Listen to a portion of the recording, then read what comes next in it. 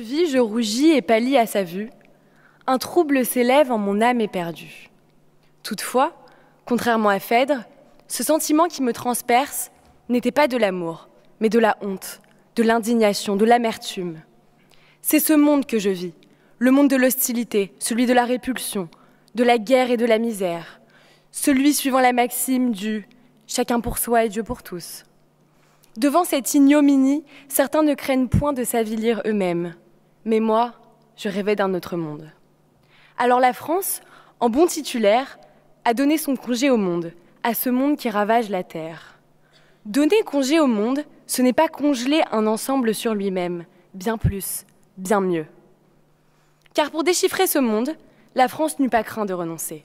Renoncer à qui? À quoi, me diriez-vous? Renoncer à un certain monde, pour en faire advenir un nouveau. Avec mon camarade, vous avez vu que la France a su donner son congé au monde qui l'entoure, mais elle a su également par le passé donner son congé à son propre monde. Laissez-moi donc à présent vous parler de ce pays qui a, durant des siècles, fait la guerre à tous ses voisins, d'un pays qui les a vaincus et domptés, d'un pays qui a levé la main et le bâton pour battre, mais sans abattre. D'un pays qui a été le premier à dominer et subjuguer, mais aussi le premier à promouvoir coopération et fraternité. Ce pays, c'est le mien, c'est le vôtre, c'est le nôtre, c'est la France. La France de Charlemagne, la France de Louis XIV, celle de Napoléon, mais aussi la France de Victor Hugo, d'Aristide Briand, celle de Jean Monnet, celle qui autrefois de l'Europe était l'adversaire, en est devenue la mère. Certains diront que cela s'éloigne du tracas, s'exclamant « Vous moquez-vous du monde ?» Et non, pas le moins du monde.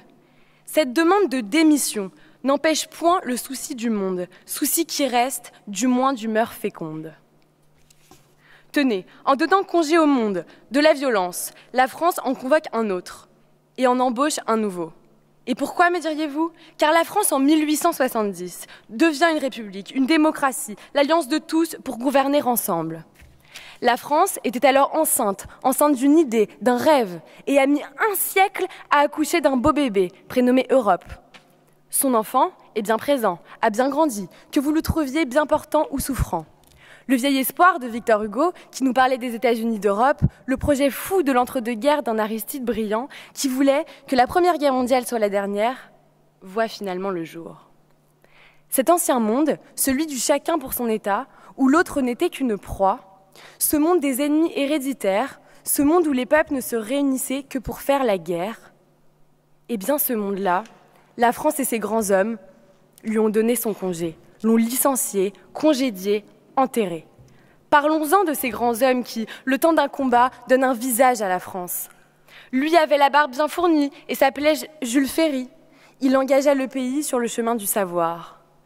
Comment entrevoir la démocratie? Comment donner son congé à la tyrannie sans donner également son congé au monde de l'ignorance, à l'ignorance du monde?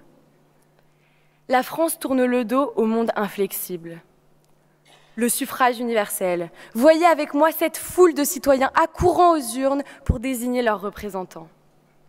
Maintenant, imaginons cette assemblée de citoyens sans instruction publique. Un simple troupeau de moutons à qui l'on tiendrait la main pour que dans l'urne, ils glissent le bulletin du candidat choisi pour eux. La voilà la vérité. Ignorance et tyrannie vont de pair, et la France, pour congédier cette dernière, devait licencier la première. Ainsi instruit, le peuple de France eut l'ouverture de mettre à la porte ce qui voulait faire de la culture une confiture. Confiture qui fait plus grossir la bêtise que grandir l'âme. Celle qui offre pop-corn plutôt que de proposer de lire. Une marchandise à finalité non commerciale. La culture française n'a point été fermée pour être subitement consumée, mais au contraire, pour éclairer, vivifier tant les consciences que les identités. Et puis tenez, en 1789, on adopte une certaine idée féconde, libérant de nouvelles ondes. On donne son congé au monarque monde. Eh bien oui, si la France a donné son congé au monde, c'est bien qu'un jour elle l'a employé. Sans se méprendre, la France s'est elle aussi fait employer. Eh bien oui, une évidence demeure. La France ne connut pas que des instants pimpants, frappants, claquants.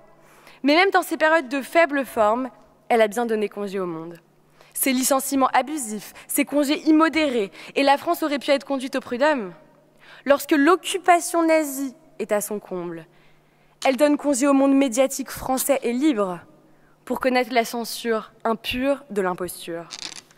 Mais comme le phénix, la France sait renaître de ses cendres. Après l'honneur, le bonheur. Après la défaite, la simple fête. Oui, la France a su donner son congé au monde nazi, au fascisme, au totalitarisme et à l'obscurantisme. Quitter ce monde, c'était tenter d'en façonner un tout neuf. Et lorsque l'espoir revit, le pari est rempli et les 30 glorieuses prennent le pli. Car finalement, c'est cela donner son congé au monde. Quitter un système, qu'il soit local ou global, un paradigme pour aller vers du nouveau, du renouveau. On l'a bien vu, on l'a fait dans le passé, à plusieurs reprises. On a parié sur l'avenir, sur le temps. Dans ces mondes positifs qu'on rejoignait, on a parié qu'après la grisaille et les orages, un soleil pourrait briller de nouveau. Et lorsque l'on rejoignait des mondes négatifs, on était aveuglé par des idéaux, par des concepts. Donner son congé au monde, on l'a fait, pour le meilleur et pour le pire, pour le malheur ou pour le rire. En cette soirée, il y eut du beau monde pour nous écouter. Nous avons désormais terminé et vous donnons votre congé.